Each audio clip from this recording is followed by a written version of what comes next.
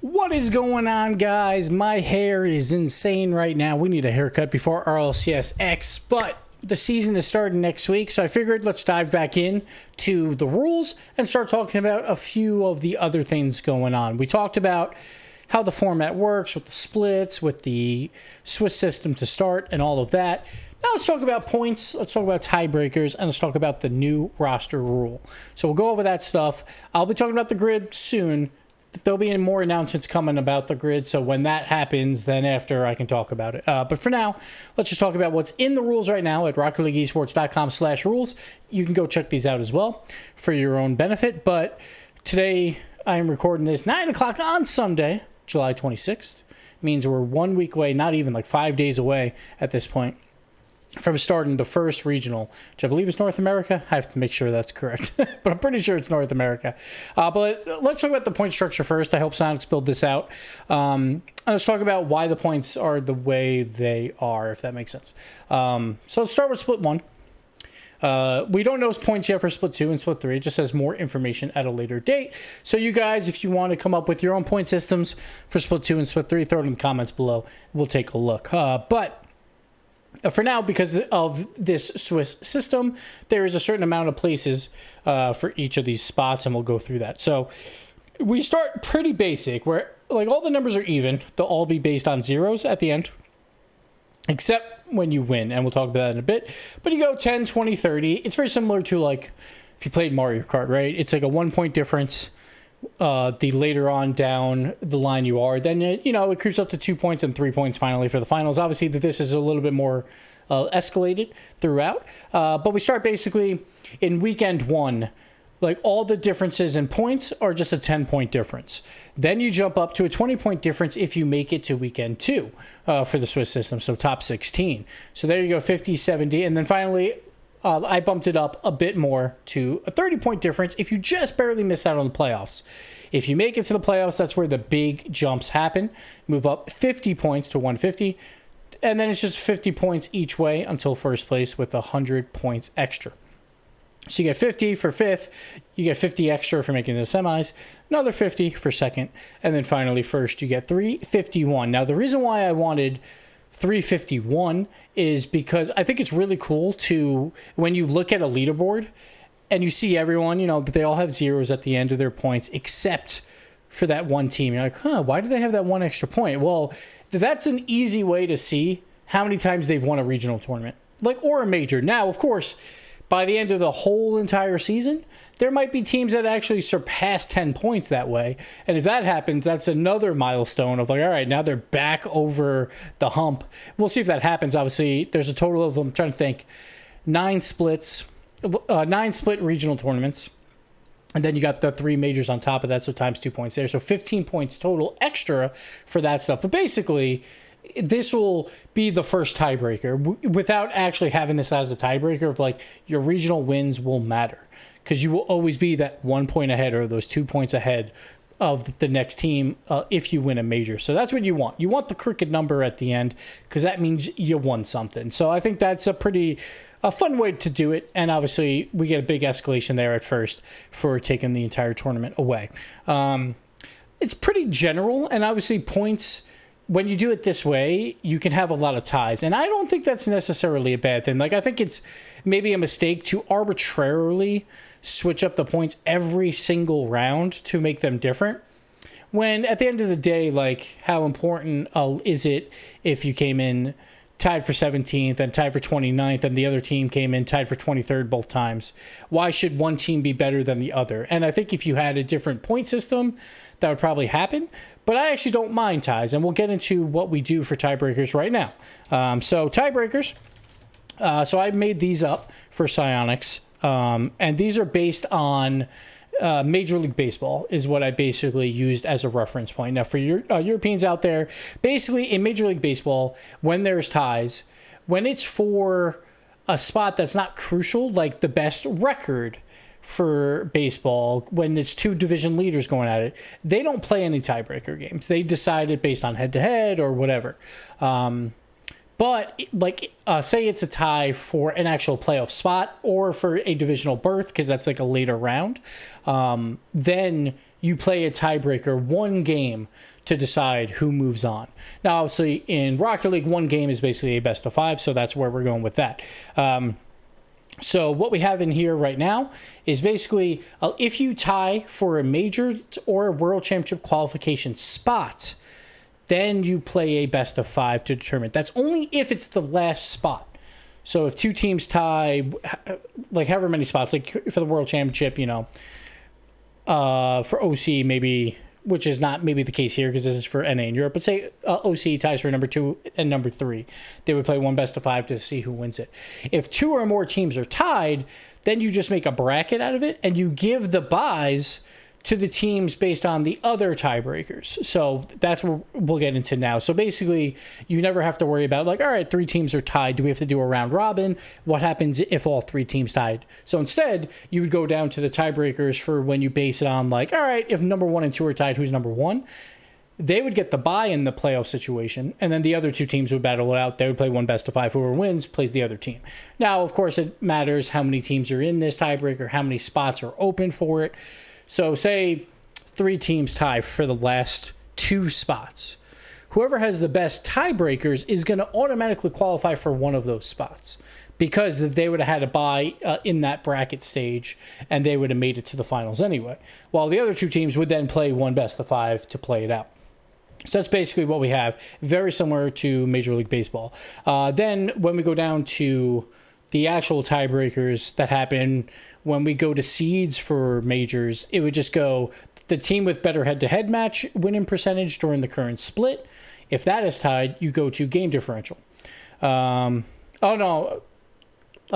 better a head-to-head winning percentage in the current split than across the entire season. So say we're in split 3 and someone ties, you would go, all right, split 3. And if they tie head-to-head there, you go across the entire season. If that is tied, then you go back up to the current split and you do game differential. So a game differential is not as important now than it used to be, which I don't think is necessarily a bad idea because it's like everyone's going to be playing like a different amount of games and it's really going to come down to just head-to-head wins versus teams. But if that is tied, obviously, then we'll go to game differential for the current split. Then if that is still tied, game differential across the entire season. If that is still tied, whoever had the best placement in the most recent tournament will get the spot. Now that is again only for seeding purposes if it comes down to it for World Championship or for Major. It's not if you tie for the very last spot. So no one is going to get screwed by these tiebreakers. So this will only be for say number 2 in NA and number 3 in NA are tied for number 2. It's like, all right, that'll determine seeds roughly for like a World Championship. So that's the only time that really takes place. So the tiebreakers, not a huge deal, unless, of course, they're all tied for those qualification spots and you have to have some buys for some tournaments. But I think it's very unlikely that happens where we have a lot of teams tied. But if it does happen, like if we have 4 teams tied playing for one spot and we get to watch 3 extra games that are super hype, why not? Plus, I think one best of 5 is good enough for that. Like, obviously, it's the same as like a one match thing in like a baseball, where it's probably not even as likely because baseball, obviously, they play so many games and then they play one match. Here, we're not playing as many series, but it's still all right. One best of 5, put it all on the table. Here's what you've been playing pretty much in like all these formats anyway, are mostly best of 5. So we'll see who takes the spot. So I think that could be super hype and it's gonna be a lot of fun. The final thing I wanted to talk about is the rosters. So the rosters basically have changed from a 2/3 rule to a 3/4 rule. There is 2 trade deadlines, but the most important thing is that it is basically a 3/4 rule at this point. So if you make a trade in the trade window 1, which is between split 1 and split 2, then if you make a trade in trade window 2, you can only trade that same player that you've already traded unless some extreme circumstance happens, and then you would have to message Psyonix, they would have to okay it, and all that stuff. But what this basically means is that you have to stay with the same sub the entire time unless you move that sub to a starting role, and then you sub in someone else later. Usually that's not the case. Normally subs don't really have the chance to play. It rarely happens. So it really comes down to you have to have a sub that wants to be with you for the entire year. They could easily probably get poached away, say they actually want to compete in split 2. If that happens, well, you got to pick up someone else to sub for your team. And then if you do that, you can't sub out anyone from your starting roster unless it's that sub in trade window 2. So it really comes down to, I think at this point, I think orgs are going to have to try and get subs on contract, which I hope they do. And I think that would help subs out a lot, where, one, because they're playing so much that there might be some times where people have to miss some weekends, or with the grid going on for some of those higher up teams, maybe they would use their sub there, here or there. But the subs are very, very crucial at this point, and hopefully they get contracts for orgs. And it doesn't have to be like anything extreme. Like, obviously they don't have to get paid equal to the 3 starters, but if they give them something just to be available at these times in case something happens. We've seen it before where people just lose internet, and right now with everyone using the internet so much, it's been hard for some people to play. Like, I know Torment actually just moved to a new apartment, I think, to make sure he has better internet for this upcoming split, but things happen. So it's probably a good idea for orgs to invest in subs just so they have them. But we'll see how this all works out. Like, obviously this is going to basically make trades happen probably less, but you can still see it as long as you keep your sub. And then you'll still see some trades happening between maybe 2 players on 2 different teams. Like kind of how we saw it throughout this offseason, where you see like Space Station pick up Rlcs, so AXB goes to Rats. So stuff like that could happen in trade window 1 or trade window 2, depending on how it all works out. I think it's going to be a little bit tough. Like, that there will be some teams that, instead of using these trade windows, if they got a minimal amount of points where they're like, this probably won't matter going into split 2, we could see teams completely blow up and make brand new teams and just try and qualify for split 2 stuff and try and get points in split 2 and in split 3. So that could happen as well. So you're not guaranteed to be like, all right, I have these 4 players on my team, but you can only sub one out. If you have a bad split 1 where it's like, all right, guys, we have like 50 points to our name, is that actually going to matter for anything when it comes down to World Championship? And you play that risk, right? And you're like, all right, let's blow up the entire team. I want to join these guys, and they also had a bad split. I assume that's not going to happen that much, because the teams that have very little points, especially in split 1, where we have 32 teams competing for points, it's going to be very unlikely that some of these really high caliber teams that have a chance at a World Championship are going to have like a very minimal points, like 50 to 100. They'll probably have way more than that, because they should be relatively successful throughout this. But we'll see how it all plays out. But those are the 3 things that I wanted to talk about. So let me know what you think with the roster moves, the 3/4 rule. Like, I think it is a little bit restrictive on the 3/4 rule, but I think people, or Sonics just doesn't want anyone to like get cute and try and like skirt around that 2/3 rule and try and get like by the end at the World Championship, only 1/3 of the team that started in split 1. Like, I think they're trying to be very careful there. So they just want to go to the all-encompassing 4 players. That's not from Sonics themselves. That's just me trying to see what they're going for. And then for the points and for the tiebreakers, I basically built out most of this with some input as well from Sonic. So if you have a problem with points, let me know. But this is what we're going with for split 1. And of course, if split 1, if people are like, it's not really working as well. One thing to note is ×2 for majors as well for points. So that's worth a ton if you do win that. But if points don't work out so well, they can be skewed for split 2 and split 3. And we'll decide how all that goes. But very likely it'll be somewhat similar. So we have the split points and then tiebreakers. Like, I think tiebreakers are probably the best way we can do it. Like, I've always wanted play-in games to playoff spots and stuff like that for the RLCS, because I think it's just so important to not